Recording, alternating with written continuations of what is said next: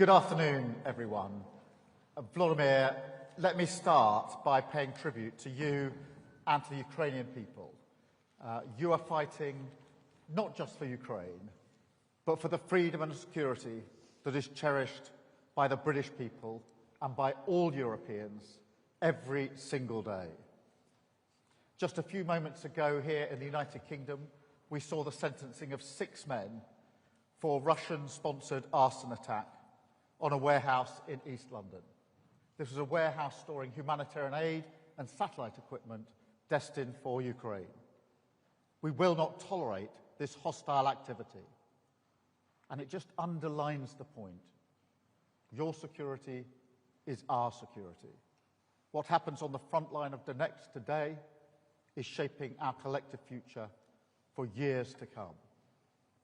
And that's why Emmanuel and I brought the Coalition of the Willing together again today. We stand with you, stronger than ever, united behind Ukraine, and united with President Trump in calling for the fighting to stop now and for the negotiations to begin from the current line of contact.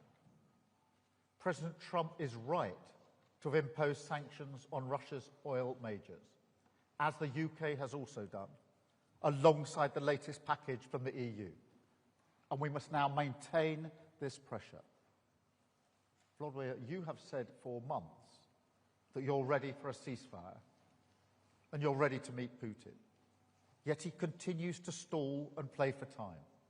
Putin is the only person who does not want to stop this war. His strikes on civilians this week made that crystal clear once again, targeting energy infrastructure ahead of winter, hitting young children in their nursery, claiming the lives in Kyiv of a 12-year girl and a 6-month-old baby. This is who Putin is.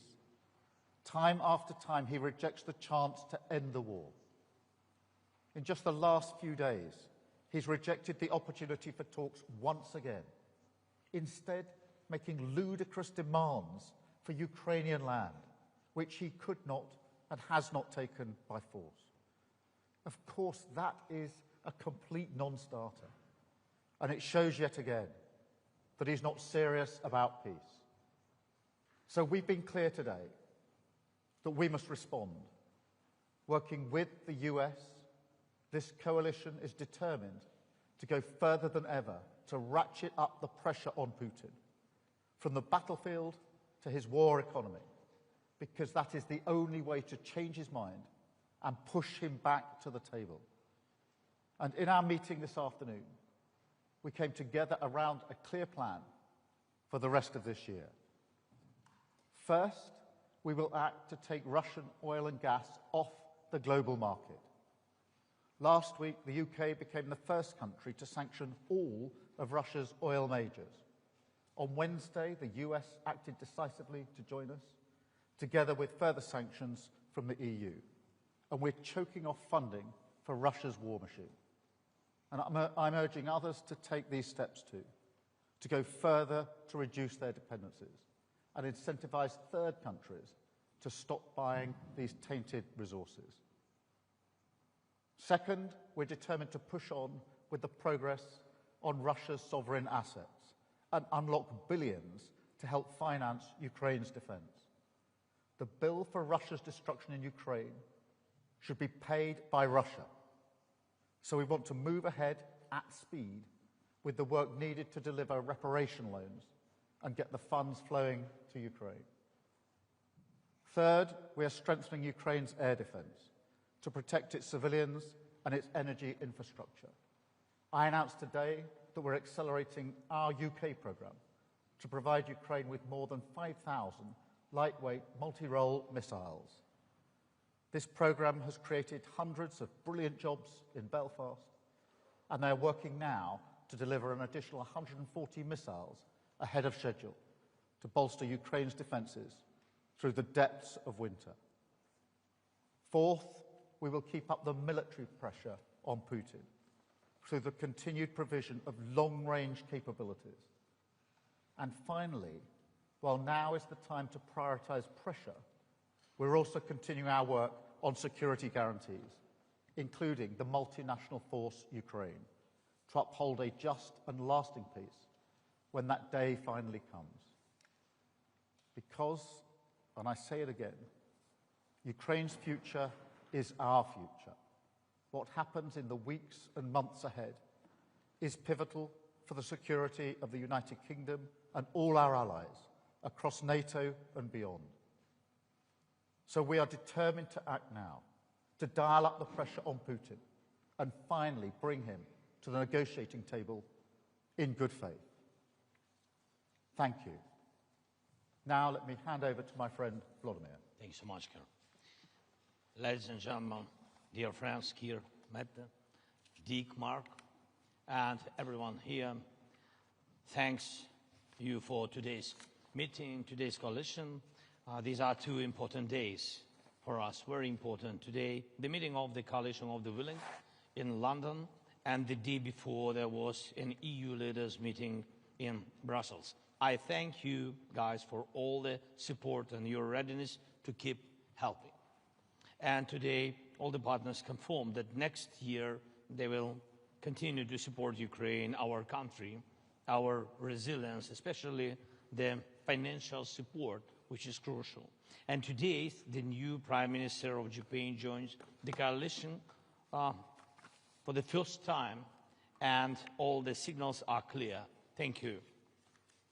We all see the challenges these days, and the Russians are carrying out a campaign of terror against our energy system, and they really want to make the winter cold a tool of torment and pressure on Ukraine, our people, and on our defense. And Russia's goal hasn't changed. They want to break us, want to break Ukraine, and they are doing everything to achieve it. So that's why our defense means everything that truly stops Russia from killing, destroying, and terrorizing. First, air defense, and today we spoke in detail with our partners about the systems. It's important that our partners focus on what's most practical and effective, and we gave all the details. Second, of course, it's important that everyone agrees the front needs substantial attention, and the focus must be on it, and thank for all the steps of help. And third, we are promoting a more meaningful approach to diplomacy. Diplomacy matters only when it can lead to real decisions. And when it comes to Russia, that dish has many ingredients. The essential ones are real forms of pressure on Russia, sanctions, our long-range capabilities, political pressure, accountability for war crimes, and real actions regarding Russian assets. Today we all agreed sanctions that hit Russian oil infrastructure, Russian oil companies are a big step, and I thank President Trump and all our partners who are implementing this. And we have to apply pressure not only to Rosneft and Lukoil, but to all Russian oil companies like Surgutneftegas and others, and to the shadow fleet and its infrastructure, and to Russia's oil terminals. And we have to implement all we have discussed today about the Russia's shadow fleet. Besides, we are carrying out our own campaign of pressure with drones and missiles, specifically targeting the Russian oil sector. So the long-range capability directly strengthens diplomacy, the more losses Putin suffers on his own territory. The fewer assaults he can carry out on the front line, and the faster he will agree to meaningful diplomacy. That is why we are working to secure Tomahawk cruise missiles, additional Storm Shadow missiles, other capabilities. Thank you very much, Kier, for today's decision. Thank you for your support that you said, and about long range. And there must be no option left for Russia except to end the war and return peace to our country. And of course, I also want to thank our partners for working with us to produce weapons, for investing in our country, for joint projects, and for the agreements we are now implementing. And one more point is Pearl program. I thank for each contribution. Mark, thank you for coordinating this program, for each contribution, and today we agreed to step up in the coming months. Peace is born from pressure on the aggressor, and that is what we must continue to do. Thank you. Thank you very much, Vladimir. Mark, can I turn to you? Yeah, thank you, and good afternoon. And as Keir Starmer and Volodymyr Zelensky have said, we just concluded a very productive meeting of the Coalition of the Willing, and I welcome the initiative allies are showing to strengthen our support to Ukraine even further. Just 2 days ago, I was in Washington, where I had a very good meeting with President Trump. The sanctions that the US has placed against Russia's largest oil companies will starve them of revenue and significantly increase the pressure on Putin to come to the negotiating table. And they show once again that President Trump is absolutely committed to end this war and bring a lasting peace to Ukraine. I'm glad that I was able here today to join allies and partners to discuss how we support these peace efforts and how we can increase the pressure on Russia to get there. In Ukraine, Putin is gaining little ground on the battlefield. And where there are marginal gains, they are coming at a huge price. Hundreds of thousands of Russians are dying for Putin's deluded aggression. Ukraine continues defending itself bravely, and our support to them is working. The truth is that Putin is running out of money, troops and ideas. President Trump said it very well. They should stop where they are now. And now is the right time to increase the pressure on Russia, so we can finally get a fair and a just peace for Ukraine. I therefore welcome the recent announcements by European allies and Canada of additional military aid to Ukraine. The developments on the battlefield show that our support to Ukraine is working, and we need to keep it up. We need to pair this support with sanctions and economic pressure, and the EU's 19 seconds package against Russia is another good step in this direction. On both sides of the Atlantic, we want this war to end. And the good discussions this week in Washington, yesterday in the European Council, and now in London indicate we are moving in the right direction. Thank you so much. Mark, thank you so much. Mette, can I come to you? First of all, thank you, Keir, for hosting us today, and thank you, Volodymyr, for joining us yesterday in Brussels in a meeting with the European Council, and today in the Coalition of the Willing. It was Putin that called President Trump some days ago because he was scared that Ukraine would get the upper hand. Yet he rejected Trump's proposal for a ceasefire along the current front lines, a suggestion that we support, and same goes for you in Ukraine. But Putin doesn't want to stop the killings. There is no indication that Russia and Putin wants peace, not even a ceasefire. And Russia continues its hybrid war against NATO and the West. Today, the Coalition of the Willing, we have agreed to increase the pressure on Russia, agreed that we must find long-term financing of Ukraine's ability to keep fighting, boost Ukraine's defense industry with European financing, finance much-needed US weapons, and to put more pressure on Putin's weak economy with new sanctions.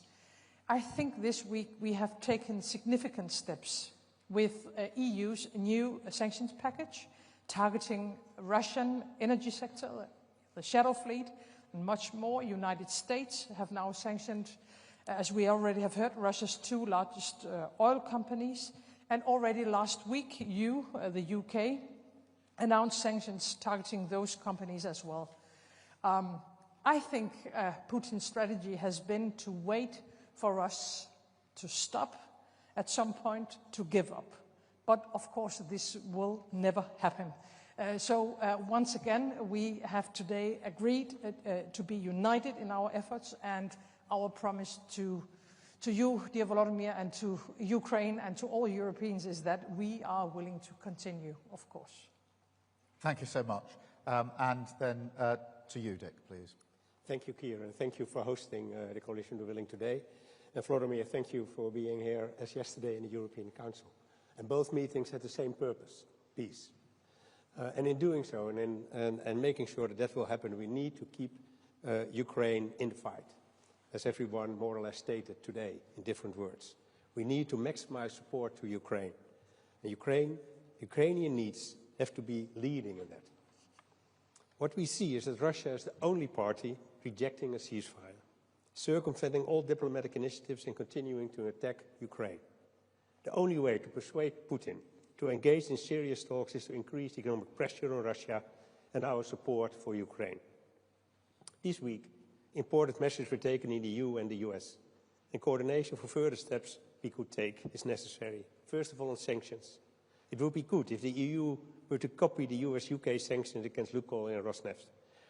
We must also do more to dismantle the shadow fleet systems, and the Netherlands will take its part when it comes to the North Sea. This could hit Putin hard financially, as this undermines his revenues on global oil markets. Second is support. It's crucial that all countries contribute. Only then can we maintain a high level of support and keep Ukraine afloat militarily and economically. We must increase military support bilaterally as well as by ordering armed packages from the US, and a couple of the speakers already mentioned the Pearl package. And we must make sure we step up our energy assistance to help Ukraine and the Ukrainians through the winter. We are very concerned with Russia's ongoing attacks on Ukraine's energy infrastructure before the start of the winter, especially on its domestic gas production. Costs for recovery are high and the need for gas imports have increased. The Netherlands, therefore, will increase financial and material support on energy, and we urge all our partners to consider increasing their contributions as well. We can put more pressure on Putin to end this war if we work even more closely together and widen our impact on Russia. And at the same time, this is the way to create the best possible conditions under which Ukraine is able to negotiate. Thank you. Thank you so much, Dick. Thank you, colleagues. We're now going to attempt a Q&A, a five-way Q&A, where we will each ask, be asked a question. And I'm going to start with Beth, please, from Sky. Thank you. Prime Minister Beth Rigby from Sky News. This is a question to both Prime Minister Starmer and President Zelensky, if I may. You are the coalition of the willing, but you're unable to stop President Putin without US support. How disappointing is it that President Trump won't at the moment provide long-range Tomahawk missiles? And is the President right when he says you'll hopefully be able to get the war over without them? Can you? And PM Starmer, if I may, this domestic question. Overnight you suffered a disastrous election loss in Caerphilly, a seat that's been a Labour-held seat for over a century. Was it a gut punch for you? And if you can't turn this around in the Senate elections next May, will you have to go? Thank you very much. Thank you, Beth. Let me start with the question of Ukraine, because it is really important that we address the support that we're all able to put in, particularly as we go into the winter. And here we have the Coalition of the Willing today, you had the EU yesterday, but we are all working with President Trump, and therefore we're all working as one wider coalition here in relation to the support we need to put in for Ukraine. On missiles, we've put in more missiles from the UK in recent days and weeks, and pushing the case for long range. It is really important that we do have long range, and those discussions are ongoing. And of course the protection of energy, because Putin is attacking the energy in Ukraine, and that needs protection. We've had discussion today about how we can stop those attacks and how we can better protect those energy supplies. On the question of the US, what's happened this week is really significant. I think on the sanctions package and the bearing down on oil and gas, this week has been a very significant week because we went early with the measures that we, the UK, took. President Trump came in with really important measures that have had a real impact. And then, of course, the EU followed in with a further package of sanctions this week as well. And I think if I was to pick out one thing this week that was of most significance, it would be the combined impact of those packages.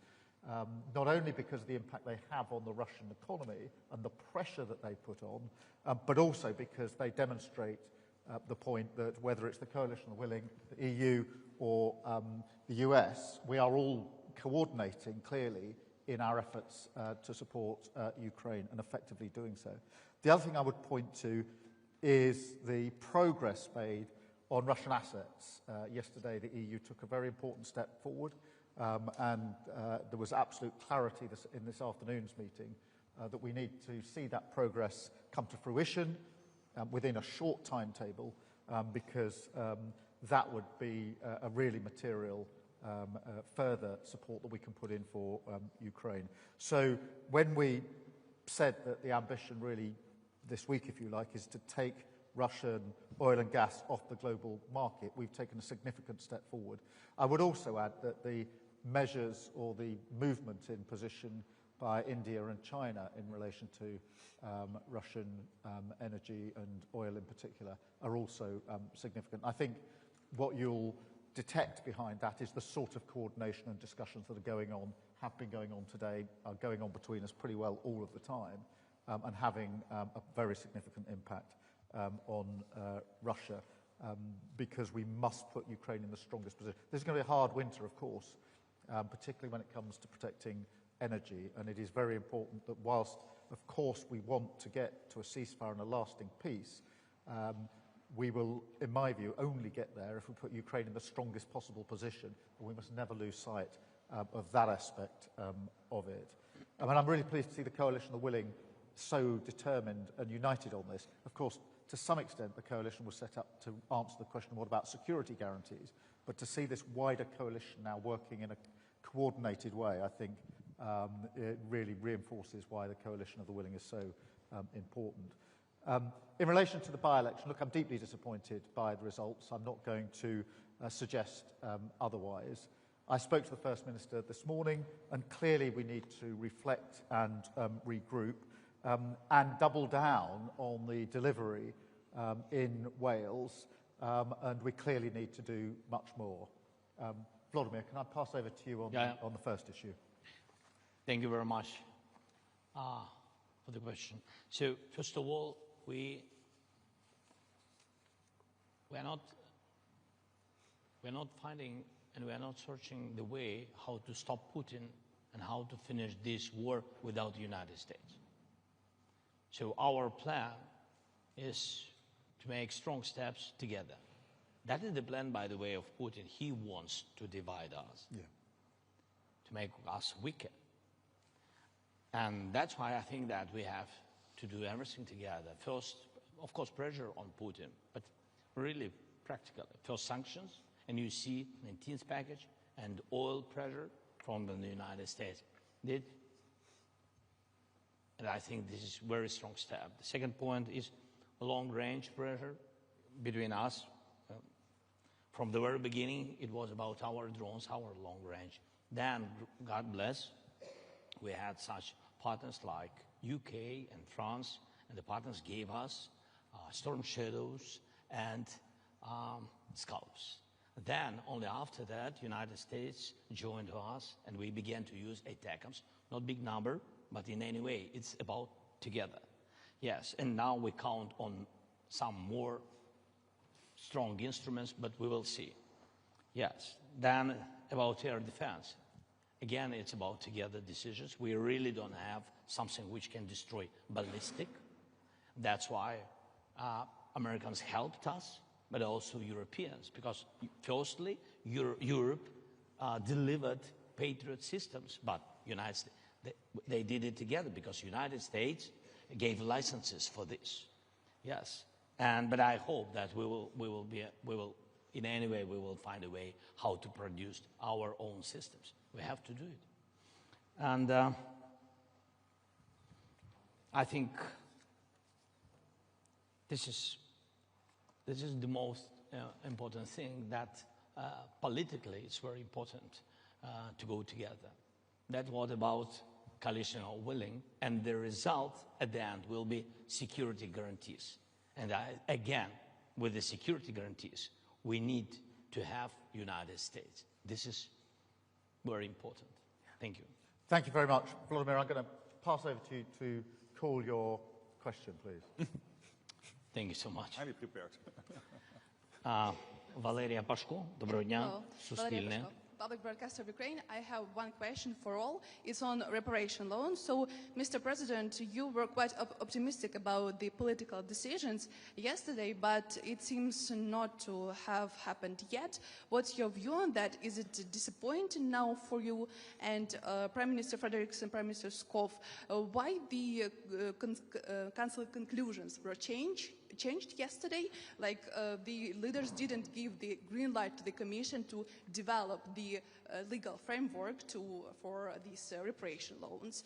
What would the discussion look like yesterday? And Prime Minister Starmer, for you, is the EU could join to share this financial burden, because the EU aims to bring on board all the G7 countries? Thanks. Yeah, I will begin. Thank you. So I think that the decision with Russian frozen assets is crucial for us. And but I think that there are 3 steps in this question with frozen assets. The first one is political decision, then practical decision, and then implementation. And I think that yesterday we've got political decision. That's why I think this is positive signal. Then practical decision. We hope that we can get it to the end of this year. And only after that, implementation. So that, God bless, we can have at the very beginning of the year. But we will see. Thank you. Meta probably makes sense. Yes, let me be very clear. I think the idea of a so-called reparation loan is good. I haven't seen any alternative. And the idea of letting Russia pay for the damages they have done in Ukraine is the only way forward. Of course, there are some technical questions that has to be answered. There are a lot of details that we have to work on. But first and foremost, this is a political decision and a political choice. I support the idea totally, and I think we have to work in a way that we have a solution before Christmas Eve, so we are able to ensure that we can finance Ukraine for the next years. I know some colleagues find this way forward more difficult than I do, and we have to solve the problems, but I also have to say, what is the alternative? The alternative is not to let Russia win this war, and the alternative is not to ask all the Europeans to pay instead of Russia. So we need to solve the technical issues. I am sure that we will be able to do that, and then we will hopefully, I will work for that, have a decision before Christmas Eve. Did you want to? Yeah, thank you. And of course, I fully agree with Mette.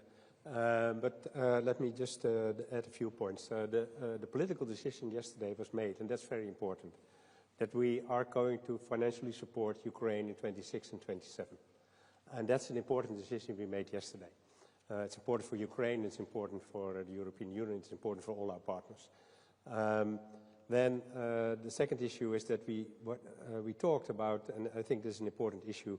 Of course, you can say it's technical or financial, but there are risks, and we talk about mutualization of risks. And I heard a lot of countries and leaders yesterday say that they want a guarantee. And that's important because we have to share the risk, and it cannot be put only on Belgium. And then, third of all, I hope, just as Mette said, that we come to an agreement on the technical workout of the reparation loan, because financially it's going to be important, but also politically it's important to hurt Russia, and therefore I'm much in favor. Thank you. Just linking the two, if I may. Firstly, the political decision that was made yesterday by the EU is really significant, and we shouldn't lose that. The question of the Russian assets has always been complicated and difficult, and there's no pretending otherwise, and it is really important that the detail is worked through. I think Meta is right to say putting a timetable around that makes complete sense, but I wouldn't underestimate the significance of the move that was made yesterday, and a very high level of agreement today that we need to make progress on that. In relation to your broader point about the UK and the EU in particular, yes, we are coordinating a lot of what we do, and that is a very good thing. It's a very good thing in the field of Ukraine. We are doing it much more broadly on defence and security and trade and the economy, actually. That reflects a number of things. Firstly, our shared and long-held belief that we are most effective in our support for Ukraine when we act as a group of countries, whether that's the EU and the UK working together, as we have done on most of the sanction packages.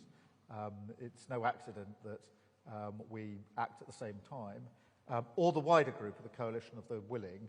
And just to emphasise something that Vladimir said, it was welcome to have the new Prime Minister of Japan on the call today. I think it was her first international engagement, and she made a statement of principle about where she stands, and it was a very strong statement to the coalition of the willing.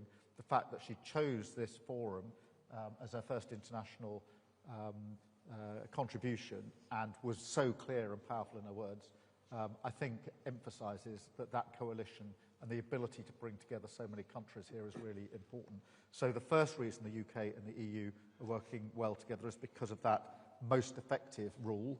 The second is, since the EU-UK reset, I am proud and pleased to say we are coordinating much more across a wider range of issues. We live in a world where there are many, many challenges, many opportunities, and my strong view is that when the UK and the EU are able to work together, as we've shown we are able to, we're better able to meet those challenges. And of course, having Mark here heading up NATO gives you a sense of the depth of the group of countries now working together really pretty effectively in relation to our defence of Ukraine. Thank you very much. Mark, I'm going to ask you to call your question. Yes, I believe that Reuters will ask me a question. If I'm wrong. Hi there. Yes, it works. Alistair Smout from Reuters. Secretary General, after your talks in Washington this week, what's your impression of the chance that the US will give Tomahawks in the end, or is it time for other countries to step up? To Prime Minister Starmer, why hasn't Britain signed up to NATO's Pearl scheme to buy US weapons to give to Ukraine? Is it because the Ministry of Defence is running out of money? And to President Zelensky, I know you said that you wanted everyone to move together on long-range missiles, but while you convinced President Trump to give Tomahawks, would you like European countries and Britain to do more on long-range missiles? Thank you. Well, on your first question, when this came up in my meetings on Wednesday in the White House, I also said that it's up to each ally to decide which type of weapons they want to deliver to Ukraine. And that's really a decision by each of the individual allies. And I've also said this before, and this is not new, that Ukraine has the right, obviously, to defend itself, particularly, of course, against all the attacks by Russia. And that includes striking targets in Russia with long-range weapons. Now, when it comes to the US, let's not forget, the US is providing, as we speak, a wide range of weapons to Ukraine, including high-end weaponry like Patriot systems, HIMARS and ATACMS. What happened since July? There was a risk that somehow maybe that flow of weaponry from the US into Ukraine would somehow become a little bit smaller, that flow. But luckily, in July, the President decided, President Trump, to really open the floodgates again when it comes to lethal and non-lethal weapons into Ukraine. Crucial stuff which only the US can provide. For example, interceptors for Patriot systems, defending innocent civilians in Ukraine and protecting crucial civilian infrastructure in Ukraine. And what NATO has done with our allies, we organized the whole thing because the US said we are going to provide it but paid for by allies. So we have bundled that together. The Netherlands was so kind, maybe because I'm from the Netherlands, but they were so kind to immediately buy the first package, and then others have followed. So billions have now been committed, and the stuff is now flowing into Ukraine. Crucial gear again, which only the US at the moment can provide. because it is never, it's not in the stockpiles of Europe or wherever. So that's happening now, and we are working very hard to make sure that that flow will continue to the tune of about $1 billion or a little bit over $1 billion a month. And then on particularly the Tomahawks, of course, the President and I discussed that. The issue remains under review by the President, and again, it's up to the US to decide. Look, in relation to the UK's position, our support for Ukraine is very clear, and it's been there from the start. And we've made a huge contribution, whether that's financial or in particular on sanctions, the work we're doing there to bear down the example I've given of what we've done just this week. Also on capability, whether that's drone co-production, which we're working on at the moment, or long range, and many other aspects of capability. And in the liaison work that we have operating with our Ukrainian colleagues. So we're very clear about the support that we're putting in. And the reason for that is not just because this is about Ukraine's freedom and sovereignty, but because it's about the freedom that we all have across Europe. This is, of course, a fight for Ukraine's future and sovereignty, but it's also a fight for Europe and for the United Kingdom. And therefore, this isn't simply an act of us working with Ukraine solely for Ukrainian benefit. We are working with Ukraine for Ukraine, of course, but also for the benefit of all the rest of us. Thank you very much. Meta, can I come to you? I don't have any. You don't? Okay, great. It's a good thing Beth didn't know that to start with, otherwise she'd have definitely had another question. Dick, can I come to you first? Yes, and the question is going to be a surprise, that's I'm sure. AMP, or in good Dutch. Sorry, I thought it was to reply on what you were asked for. No. My apologies, Meta. Sorry, of course. Danmarks Radio. Yeah. No. I thought you wanted me to reply on questions for you. I'm so sorry, Meta. Danmarks Radio. Yeah, apologies. But also for you, Prime Minister Starmer. You say you want to take Russian oil and gas off the global market to put pressure on Putin. But since the beginning of the war, the EU countries alone have bought Russian energy worth more than 215 billion euros. Doesn't this proposal come 3.5 years too late? And also for you, President Zelensky, what do you think? Do you think this comes too late?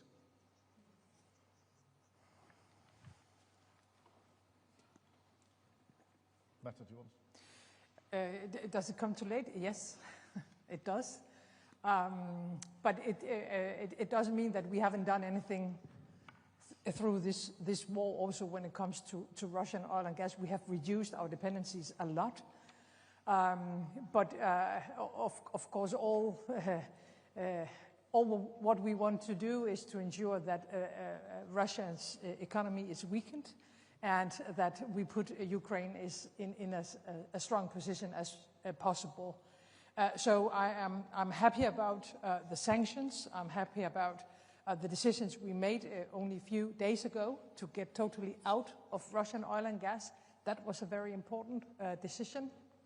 And now we simply have to continue. And I'm very pleased that for the first time we have a combined pressure on Russia between UK, between the European Union, and between US. So I think right now we are taking the right decisions. But of course, I would have hoped that Europe would have said goodbye to Russian oil and gas already years ago. Thanks so much. Better now than never. So we are very thankful to partners, to Europe and to the United States, with sanctions on Russian energy sector. What about us? We began to fight against Russian energy with our sanctions. It was long range. We could do only this. So, but now it's great that we can use such instrument like sanctions. Thank you. Just picking up on this. Look, I think it's important when we say we want to take oil and gas off the market, that we're describing an end of a process, not the beginning of a process. So this isn't the first time the Coalition of Willing, the EU, and others have come together to take action. It's where we're getting, I hope, towards the end of the process where we will take it off the market. Therefore, there's been months and years of our work actually on this.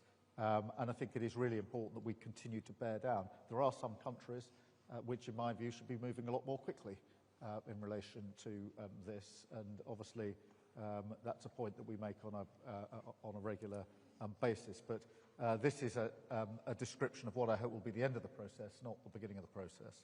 Thank you very much. And Dick, can I ask you to... Yeah, I try once again.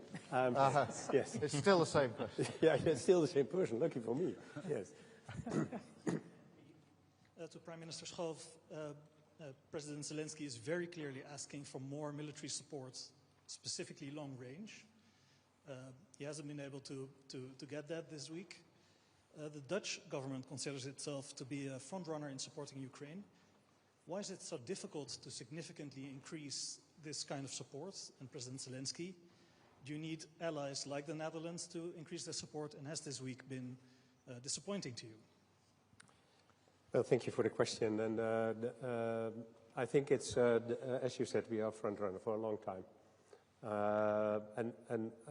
I think that's very important. It's something that the Prime Minister of the UK just mentioned as well. I mean, we do this because we absolutely believe, of course, that we have to support Ukraine and the Ukrainian people in their fight against the aggression war of Russia. But at the same time, it's so important to support, and we must never forget, that it's also about freedom and security in Europe, and therefore also for the Netherlands. And I want to underline that again, once again, because sometimes people forget. So it's not a war far away, it's a war close by. Yeah.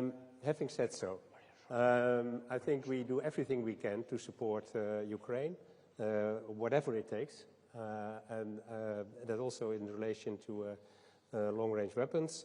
Even the Dutch Parliament would agree, did agree actually, in favor in a motion in the Dutch Parliament. So I feel very comfortable in trying to work together with Vladimir and the countries, wherever they are, that want to help, and to make sure that we do everything we can. Thank you. Thank you very much. And first of all, really, we are thankful to the Netherlands, one of the biggest donators in Europe and in the world. It's true. I think this year you donated more than 4 billion. Yes, it's a big amount, really. I understand that it's not simple, yes, for any kind of country, but really we are thankful for this. But in any way, I'm very thankful for your questions to partners. Thank you very much. Thank you. Thank you. We need to go off in the reverse order. Right.